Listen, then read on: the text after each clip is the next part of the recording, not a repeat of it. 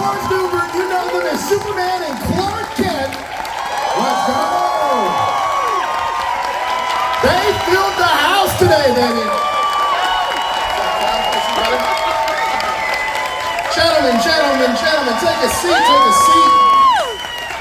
Sit wherever you like. Water's gonna fall all over the little place. So I gotta tell you something. Shoot. Whenever you all first cheered, I don't know which one of you was one of you, said, oh, it sounds like 30 people. So we walked out of here, there's a lot more than 30 people here, so thank you. And just like you, we wouldn't be here if it wasn't for Clark Kent, so thank you. That is also true. First of all, I gotta ask you guys, I think all of you guys actually have shot in Canada before. Yes. You guys obviously did Smallville, Legends of Tomorrow, Superman and Lois, and George, you did a film called Sons of Mistletoe out here. I did a Sons of Mistletoe here and Switching Channels. That sounds like a Adventures in fun film. Babysitting we shot here, half of it. So, yeah, lots of fun. I actually shot Cheaper by the Dozen 2 here. I love it. I love Toronto. So talk to me about some of your Scott favorite... Pilgrim versus the World. Toronto's a character, so Toronto's a character in the movie, basically. So. Yes, Toronto is. Yeah, Toronto's a huge character in the movie. Hey, Toronto! So I gotta know, tell me some of your favorite stories about just being in Canada. Freezing my ass off, that's all I know. Yeah, it was fun though. When the writers in LA write Rain Towers in January? Yeah. Like that kind of stuff? Yeah. I was in, so Cheaper Dozen 2, I was here, and Bonnie Hunt and I had gone to lunch on a day off, and we were walking down the street, and I walked into a street sign. Like I was talking to her this way, and I was like, "Dong!"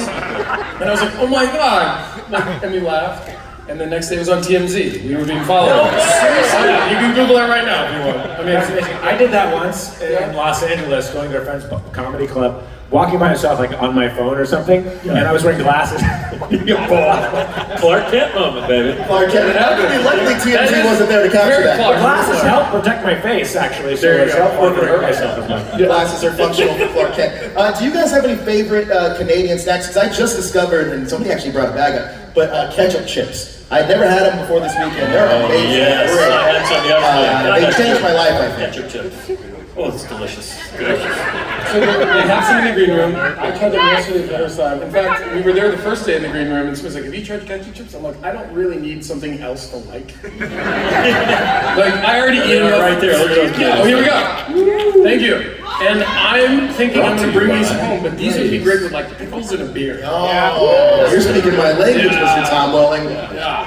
Thank you for that. How did you know that? I'm sure there's no chemicals in it at all. Look at that. You know what they say, if it tastes good, spit it out.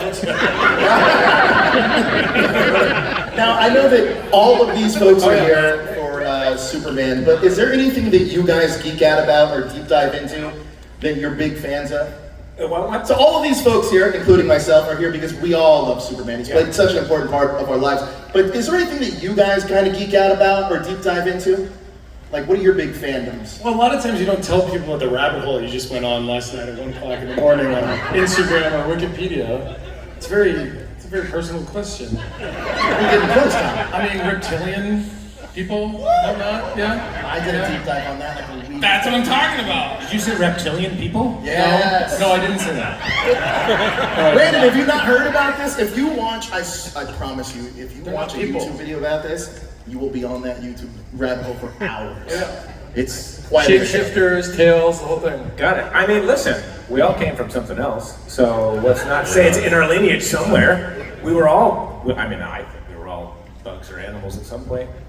We share that. We share that in our growth. Where else do we come from? I mean, listen, I know there's a lot of answers and ideas. I will have to halt myself at times because when I come across videos of people tripping and falling, Oh, it's the best. Oh, God. And I can't not laugh. I can't watch it's it. so honest. It's so honest. I love the fake farting ones where the guys going around and fake farting and people freaking out. Or like people sit in the park and they drop the spider on their head. Yes, they go, yeah, so You know, real stuff. Great prank videos. Family dinner, family movie night, whatever it used to be called. You know, when I was been 6 or 5, 6, 7, and my pajamas that my mom still has that he kept, jumping around, excited to see the movie, and I was so excited it made myself sick, had a migraine, and spent half of the movie throwing up, but watching it, lying down on the couch. So I don't even know if I watched the whole movie, remembered the whole movie the first time I watched it, but it was pivotal experience. Now I don't throw up every time I think about Superman though. I solved that part of it. Well, there's a part of it back then, he was Superman. And if you wanted to see Superman, you saw Chris. That was it. Yes. And now there's, a lot of different versions and whatnot. You can kind of have access to all these different things. But to me, when people say Superman, I think of Chris. And my favorite scene is when, and I should know this. I don't know it's Superman 1 or Superman 2, but he's in the cafe, and he doesn't have his abilities, and then he comes back with his abilities. Yeah. And I'm just like, That's the comeuppance moment. Yeah. So that's the that's a good scene. Now each of you has. So he was just he was a teenager in high school trying to figure out what these weird abilities he has and his purpose. So that's was my thing, yeah. I'm from Arkansas, and actually I have an olive orchard. Arkansas. Arkansas. And I make olive oil. I'm a farmer, so I kind of relate to the farm boy of him. I think mostly, and Clark Kent. Definitely not the Superman. That's definitely not that. Yeah, I don't like not as much the Kal-El. Yeah, just like the same. I think just again, for us doing the family version, it was just I don't have kids, but father, husband, partner, family member trying to just do their best. That was kind of the thing. So to me, it was just Clark. Or for me, I thought of each character separately, but all of the same part. Kal-El is Kal-El, and Clark is Clark, and Superman is Superman. But they'll have a little bit of distinct differences. But Clark was the way that all three of them, as one person, got to kind of be human the most, to experience everyone. And so his quirkiness or clumsiness wasn't necessarily him performing so much as just super exuberance about being around and being a part of this part of life, because he has to separate himself so much to, at times to be the hero. We have a lot of great stories in the I did that movie because I wanted to meet Kevin Costner, who was awesome. I remember the first thing I had with him, I had to yell at him in the first take. In the middle of screaming and yelling at him, I lost my line. I was screaming, and I was like, ugh! And it was cut, and I was like, God! I was really hard on myself. And he came over to me, he goes, don't worry about it. I'm like, I am gonna worry about it. I'm gonna worry about it. That's what I said. I go, I'm gonna worry about it. And he goes, hey, when I forget my line, just don't be too hard on me. And it took all the pressure off in the best way. And sorry, what was the question? No, you